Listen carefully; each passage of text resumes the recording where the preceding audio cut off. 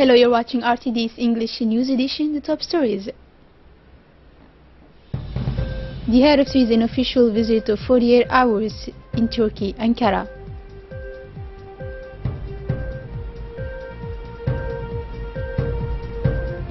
And a visit for the Director General of the IMF to Djibouti.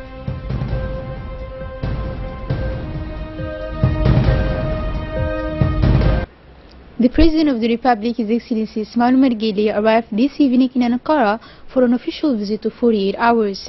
He will be officially welcomed to the presidential palace by its Turkish counterpart Recep Tayyip Erdogan. A series of cooperation agreements will be signed in various strategic areas to enhance more bilateral relations between the two countries and Turkish people. During this visit, the head of state will participate in an economic forum of business, and please note that a strong delegation accompanies President Guelleh during its visit to Turkey.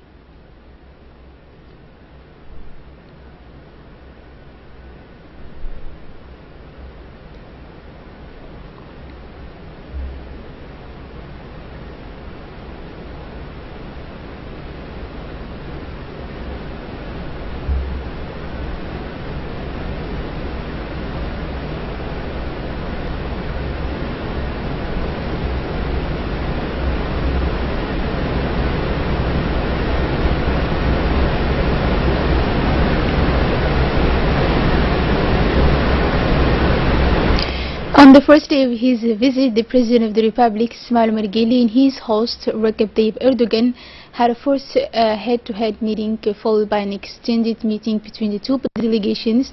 At the end of this enlarged meeting, several agreements were initiated between the two parties, and we will come back to the developments of these initiated agreements. After the signing agreements, the two heads of state jointly held a press conference during which they reaffirmed their common desire to consolidate the relations of cooperation between the two parties. The Turkish president welcomed the President Guelleh. He also spoke about the latest developments in Palestinian situation. President Erdogan has reaffirmed his position of firmness to the Palestinian cause, in particular the right of the Palestinian people to have a sovereign state. The president reaffirmed his rejection of the U.S. President's decision to recognize Jerusalem as the capital of the Israeli state with regard to the cooperation relationship between our two countries. President Erdogan reiterated his commitment to contribute to the public health by building a reference hospital for the child, as well as the construction of the water retention dam. And finally, noting President Erdogan held the efforts undertaken by the Republic of Djibouti under the leadership of the President Guelleh for the restoration of peace and stability for Somalia. And for his part, the President of the Republic, Ismail Omar Guelleh, first expressed his thanks for the warm welcome that was reserved for him and his delegation accompanying him. The President of the Republic welcomed the support of the Turkish government to the Republic of Djibouti in many areas. The Djiboutian head of state affirmed the importance of the major role for the Palestinian cause, especially the last extraordinary summit of the OCA.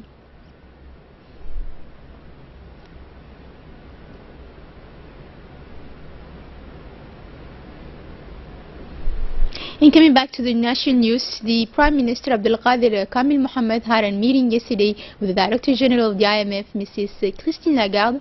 Discussions concerned cooperation between Djibouti and the IMF.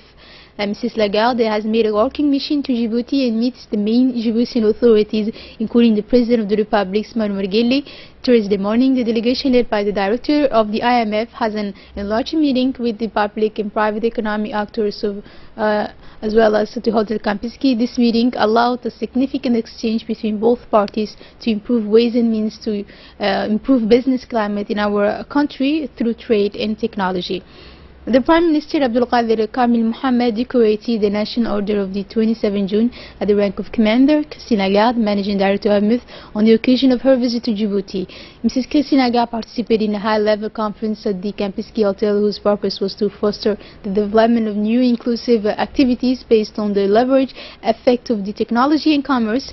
This is in order to also promote employment in the as well as sectors of Djibouti, such as tourism. She also recognized that Djibouti was on the way to becoming a major international hub following the investments made.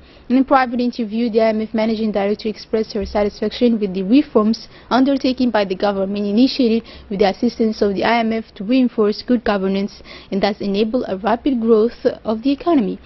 The Prime Minister Abdul Qadir Kamil Mohammed received yesterday a high-level delegation of the Ministry of the French Armies, and this meeting took place in the presence of the Minister of Defense in charge of relations with the Parliament, Ali Hassan Bahdon, and shortly before his departure for Turkey, but also in the presence of Secretary General of the Prime Minister, Mr. Naguib Abdallah Kamil, the Secretary General of the Ministry of Foreign Affairs, Muhammad Ali Hassan, Director of National Security Hassan Saeed Khairi, and General Tahir Muhammad Ali, Chief of Defense Staff.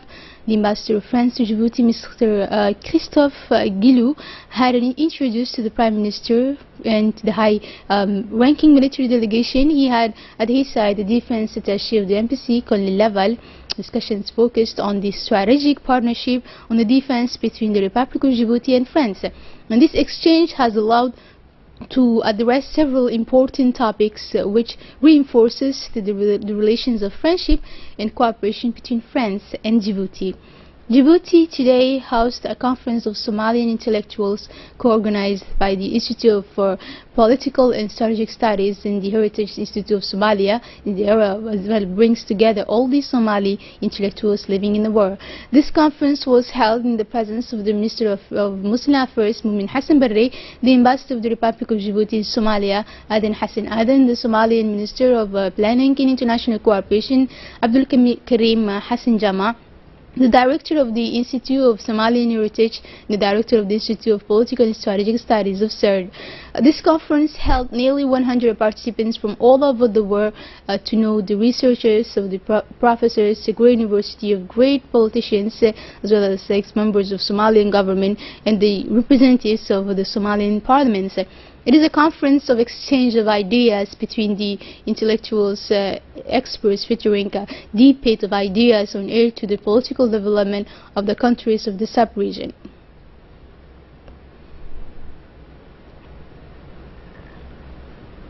In the context of the celebration of the World Day of Migration, the International Organization of Migration in Djibouti has organized yesterday in the French Arthur Lambeau Cultural Center a ceremony on the role of the rest of the world. The ceremony of the celebration of the World Day of Migration was held in the presence of members of the government, to know the Minister of Interior Hassan Amr Mohammed and many other members of the government.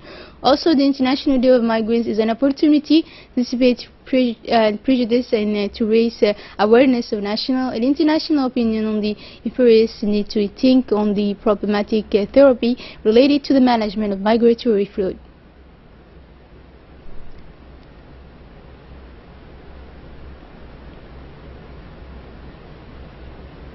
And during this celebration, the Minister of Interior has talked about the importance of this day and the fact that Djibouti is always at the forefront to support the migrants. Continuing with the national news on the ground promised by the head of state for young people, PK 13 will be ready, a necessary structure for the development of the youth of this district. Yesterday afternoon, the Secretary of State for Youth and Sports, His Excellency Hassan Mohammed Kamil, visited the field of PK 13 in this land, and let's recall, in the company of the Inspector General Musa Ali Mohammed, Director of the Projects of Planning and the Communication Amr Dawood, as well as the Deputy. Arriving at the scene, the senior state official has indeed received a warm welcome from several dozen, particularly enthusiastic young people, surprised to see this young person willing to do anything to flourish and welcome any kind of initiative to promote sports, and at the same time gives them the opportunity to flourish mentally and physically. The minister was delighted with their announce of how much his ministry will do to provide them with a lot of land. The senior official claps dozens of hands before going to the serious thing with officials who had preceded them. More specifically, the delegation of Rotary Club Djibouti, led by the Iron Lady of Association, Danila Iso. In Niger now on Sunday, December 17, the Minister of Foreign Affairs and International Cooperation spokesperson of the government donated 2,000 bonds to the Tijora region. This donation was received by the head of the Department of Education of Tijora region, Yusuf Umar Yusuf, to his high school Musale in the presence of authorities of the Tijora region to know the prefect of Tijora region and the Tijora Regional Council President. Mahmoud Ali Yusuf, the Minister of Foreign Affairs, donated 2,000 books to strengthen the libraries, high schools and middle schools as well to Jora City, but also those in rural areas. A book is an essential element since it's the source of learning, from which the purpose of this gift. For his part, the Prefect and the Regional Council President thanked the Foreign Affairs Minister and as well as his action by pointing out that a library is not a luxury but a necessity of life. And on the international news, U.S. votes UN resolution calling for Trump's Jerusalem move to be rescinded. Hindi Rahim has more to tell us. U.S. stands alone in the UN Security Council, rejecting a call for Trump's recognition of Jerusalem as Israeli capital. The U.S. has angrily blocked a UN Security Council resolution rejecting President Donald Trump's decision to recognize Jerusalem as the capital of Israel. The four other members of the Council voted in favor of a motion proposed by Egypt that say any decision over the statue of Jerusalem be rescinded. The U.S.'s ambassador to the UN, Nikki Haley, was not upset. What we witness here today in Security Council is an assault. It wouldn't be forgotten. It is one more example of the United Nations doing more harm than good in addressing the Israeli-Palestinian conflict, say. South Africa now, Cyril Ramaphosa, elected president of the ANC. More details in this video.